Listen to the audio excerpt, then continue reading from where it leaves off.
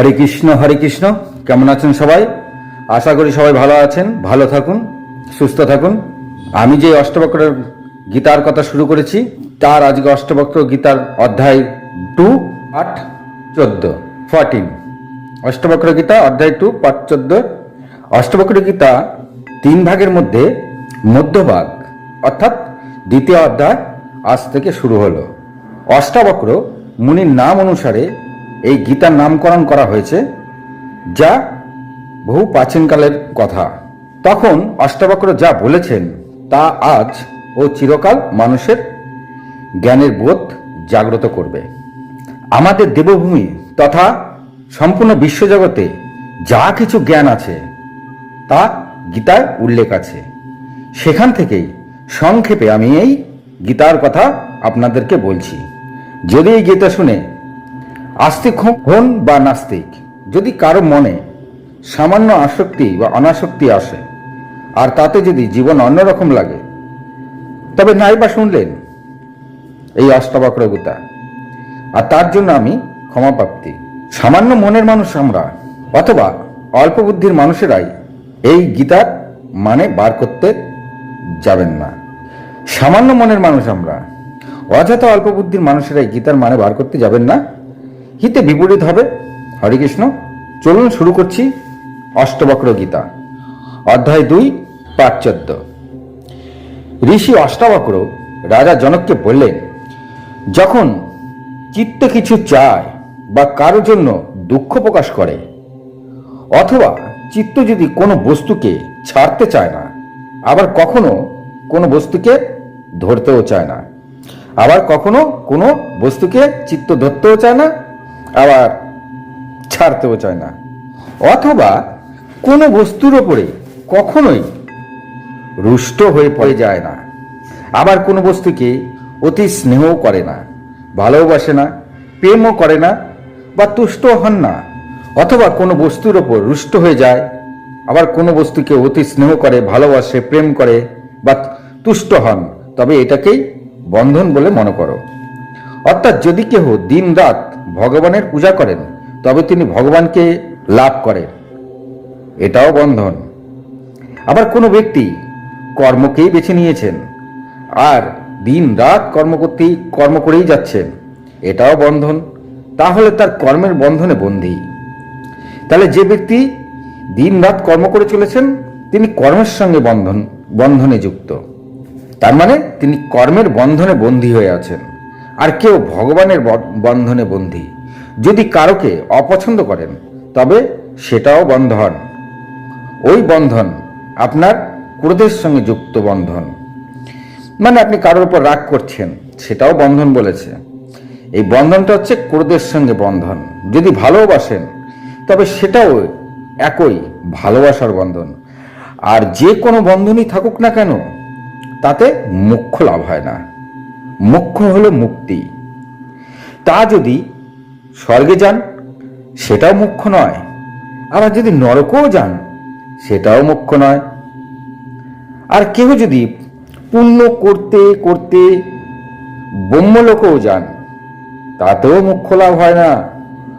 মোক্ষ হচ্ছে মুক্তি সব কিছু থেকে। যদি রুষ্ট হন তবেও বন্ধন, আর রুষ্ট যদি নাও হন তাও বন্ধন। দেবরাজ ইন্দ্র স্বর্গ থেকে নিত্য তপজপ করে যাচ্ছেন। কেন? কিসের আশায়? যদি কেউ ভগবানের পদ লাভ করেন তাতেও মোক্ষ লাভ হয় না, কারণ প্রতিটা ভগবানের কোনো না কোনো কর্মের সঙ্গে যুক্ত বা বন্ধনে আবদ্ধ হয়ে রয়েছেন। হ্যাঁ, তাদের বয়স বাড়ে অথবা কমে না, তার মানে ভগবানদের বয়স বাড়ে না কিংবা কমে না, কিন্তু তারা কর্মের সঙ্গে যুক্ত হয়ে আছেন, মানে কর্মের বন্ধনে বন্দী। লক্ষ বৎসর পূর্বেও যা আগুনে পুড়ে যেত, একইভাবে 5000 বৎসর পূর্বেও পুড়ে যেত, সেই একইভাবে এখনো আগুনে সেভাবেই সবকিছু পুড়ে যায়। ভবিষ্যতে আগুনে সবই পুড়বে। এটা আগুনের ধর্ম বা কর্ম, যা বদলায়নি, একই রকম আছে। বহু পূর্বেও আছে, বর্তমানেও আছে, ভবিষ্যতেও থাকবে। তার মানে আগুনের যে কর্ম বা ধর্ম সেটা কিন্তু একই রকম আছে, অর্থাৎ তার বয়স বাড়েও না কমেও না, তার তেজ যা ছিল সেরকম এখন আছে, ভবিষ্যতে একই রকম থাকবে, তাই বয়স বাড়ে না। এটাকে বয়স না বাড়ার কথা বলা হয়েছে, অর্থাৎ বয়স বাড়েনি বা ওই অগ্নির বয়স কমেও নি। কাম বাসনাও একই রকম আগুন, আমাদের যে মনের মধ্যে কাম বাসনা থাকে সেটাও একই রকম, মানে যা পূর্ব যেমন কাম বাসনা আমাদের মধ্যে ছিল এখনো আছে, ভবিষ্যতে সেরকমই থাকবে। যে শুরুতে যেমন ছিলেন তা বর্তমানে একই আছে এবং ভবিষ্যতেও একই থাকবে। এবার ভাবুন, কামের বয়স কি বেড়েছে? বাড়েনি।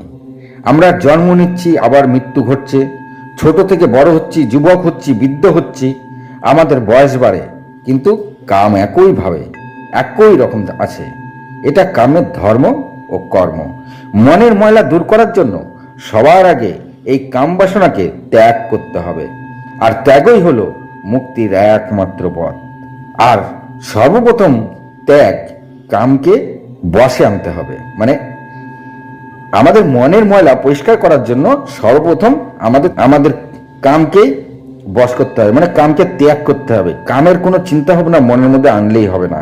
স্টেপ, মনের ময়লা দূর করার জন্য কাম বাসনাকে দূরে সরিয়ে রাখতে হবে। এইভাবে একের পর এক ত্যাগ করে যেতে হবে, আর নিজেকে এই বন্ধন থেকে মুক্ত করতে হবে, মানে যা যা বন্ধন আমাদের সঙ্গে রয়েছে সেই সব একের পর এক বন্ধন থেকে নিজেকে মুক্ত করতে হবে। তার প্রথম বন্ধন হচ্ছে কামের থেকে, কামের সঙ্গে যে বন্ধন রয়েছে সেই বন্ধন থেকে প্রথমে আমাদের মুক্ত হতে হবে। এটা হবে আপনার, আমার এবং সকল মানুষ জাতির প্রথম পদক্ষেপ, অর্থাৎ এক পা সবে আমরা বাড়ালাম। যদি কামকে ত্যাগ করেন, খুব মন দিয়ে শুনবে সনাতনী ভাই বোনেরা, আপনারা কি এখনো কামকে ত্যাগ করেছেন? কারণ এই কামের পরেই কিন্তু ভূমির সঙ্গে মিলিত হয়ে শুয়ে কিংবা বসতে হবে। তার মানে প্রথম ত্যাগ করতে হবে কামকে। কাম যখন আপনার বসে আসবে, তারপরের ত্যাগ হচ্ছে আমাদের ভূমিতে বসতে হবে বা ভূমিতেই শুতে হবে। এই আরেকটা ত্যাগ আসছে, এর পরবর্তী ত্যাগ, যা মাটি স্পর্শ করে থাকবে, অর্থাৎ আর খাটে শোয়া যাবে না, মাটিতে শুতে হবে, যেন আপনার শরীর মাটি স্পর্শ করে থাকে।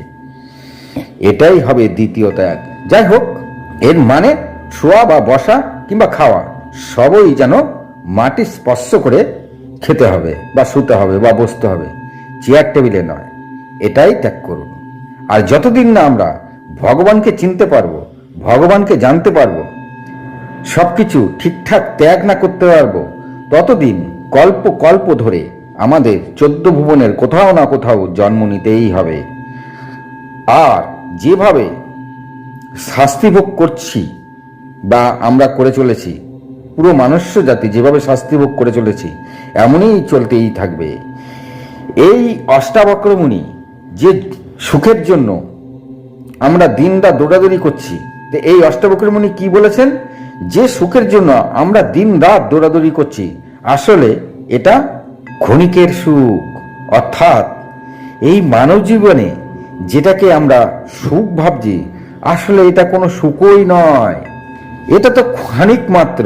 তিনি বলেছেন, এই বিশ্ব ব্রহ্মাণ্ডে যদি পুরোটা বালি দিয়ে তৈরি ভাবা হয়, মানে পুরো বিশ্ব ব্রহ্মাণ্ডটা যদি মনে হয় যে একটা পুরো বালিয়ারি, তবে ওই পুরো ব্রহ্মাণ্ডের একটি বালির সমান হলো এই মানব জীবনের সুখ। তার মানে আমরা যত সব সুখ আমরা এই মানব জীবনে পাওয়ার জন্য দৌড়াদৌড়ি করছি, অষ্টাবক্র মুনি বললেন পুরো ব্রহ্মাণ্ডকে মনে করা একটা বিশাল বড় বালিয়ারি বা মরুভূমি, ওখান থেকে একটা বালি তুলে নাও, তা ওই একটা বালির সমান হচ্ছে আমাদের এই মানব জীবনের সুখ, যা নিয়ে আমাদের অনেক অহংকার, অনেক গরিমা আর অনেক সুখ আমরা অনুভব করি, তা ওই একটি বালির সমান।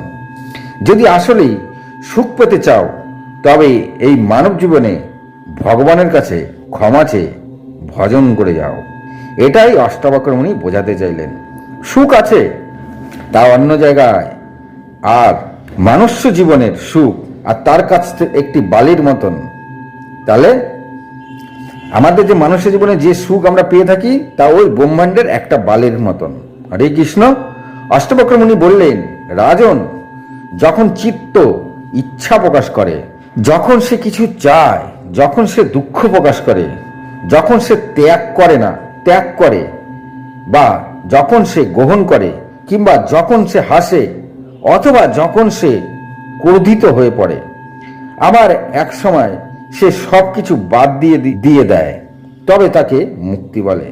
মানে সুখ দুঃখ সবকিছুকেই আমরা আঁকড়ে নিই, ইচ্ছা অনিচ্ছাকেও আঁকড়ে নিই, আবার ক্রোধ করি, আবার ভালোবাসি, এইসবকে সবকিছু আঁকড়ে নেওয়াই বন্ধন। কিন্তু যেদিন সমস্ত কিছুকে আমরা ত্যাগ করে দেব বা বাদ দিয়ে দেব, তাকে মুক্তি বলা হয়েছে। অর্থাৎ যদি ত্যাগ করতে থাকি তবে আমাদের মনে চলতে থাকে। এখানে অষ্টবক্র মুনি আরেকটা কি সুন্দর কথা, যদি ত্যাগ আমরা একের পর এক ত্যাগ করে যাচ্ছি, তবে যদি আমাদের মনে চলতে থাকে, হ্যাঁ আমি ত্যাগ তো করেই যাচ্ছি, এবার ভগবানের কাছে যাব, এটাও বন্ধন। তাই অষ্টাবক্র মুনি বললেন, যদি সে ত্যাগ না ভেবে এসবকে মনের থেকে উধাও করে দেন, তার মানে যত কিছু ত্যাগ করছো সেটা মনের মধ্যে রাখা যাবে না, যে আমি এটা ত্যাগ করলাম, ওটা ত্যাগ করলাম, এরপরে আমি ভগবানের কাছে ঠিক চলে যেতে পারবো। অষ্টাবক্র মুনি এটাও বারণ করলেন যে যা কিছু ত্যাগ করছো করো, কিন্তু সেটা মনের মধ্যে রাখা যাবে না, সেটাকে উধাও করে দাও মন থেকে। স্থির চিত্তে থাকো, মানে ভগবানের পাবার আশাও করতে বারণ করা হলো। অষ্টাবক্র মুনি ভগবানকে পাওয়ার যে মনের মধ্যে আশা, সেই আশাও করতে বারণ করলেন, তবেই সমস্ত কিছু থেকে মুক্তি পাওয়া যাবে। মানে ভগবানের কাছে যাব, আমি এই ত্যাগ করেছি, ওই ত্যাগ করেছি, আমি এবার ভগবানের কাছে যাব, এই আশাও অষ্টাবক্র মুনি ত্যাগ করে দিতে বললেন। সমস্ত কিছু যা ত্যাগ করছো করছো, কিন্তু সেটা মনের মধ্যে রাখা যাবে না, আমি এই ত্যাগ করেছি। ত্যাগ করেছি বলা মাত্রই সেটা বন্ধনে চলে যাবে। আর যখন মনের মধ্যে আনাই যাবে না, যা করেছি করেছি, মানে এইভাবে উধাও করে দিতে হবে, তবেই সমস্ত কিছু থেকে মুক্তি পাওয়া যাবে। এটাই অষ্টবক্র মুনি বোঝাতে চাইলেন। হরে কৃষ্ণ। আজ এই পর্যন্তই। ভালো লাগলে লাইক কমেন্ট শেয়ার করবেন, আরো 10 জন হিন্দুকে শোনার ব্যবস্থা করে দিন। অষ্টাবক্র মুনির কথা চলছে কালকে রাত 8টার পরে, আবার পরবর্তী পাঠ আমি দিয়ে যাব। প্রত্যহ আমি রাত্রি 8টার পরে আপনাদের এই অষ্টাবক্রের কথা বলে যাব। পুরো অষ্টাবক্র মুনি যা যা বলেছেন তার গীতায় যা যা বাণী আছে, গীতা বলে যাব, এই অষ্টাবক্র গীতার কথা বলে যাব। এই অষ্টাবক্র মুনি কিন্তু শ্রীকৃষ্ণের জন্মের আগে তিনি এই গীতা বলে দিয়ে গেছেন, বা এই বাণী তিনি দিয়ে গেছেন। আজ এই পর্যন্তই। ভালো থাকুন, সুস্থ থাকুন, নমস্কার।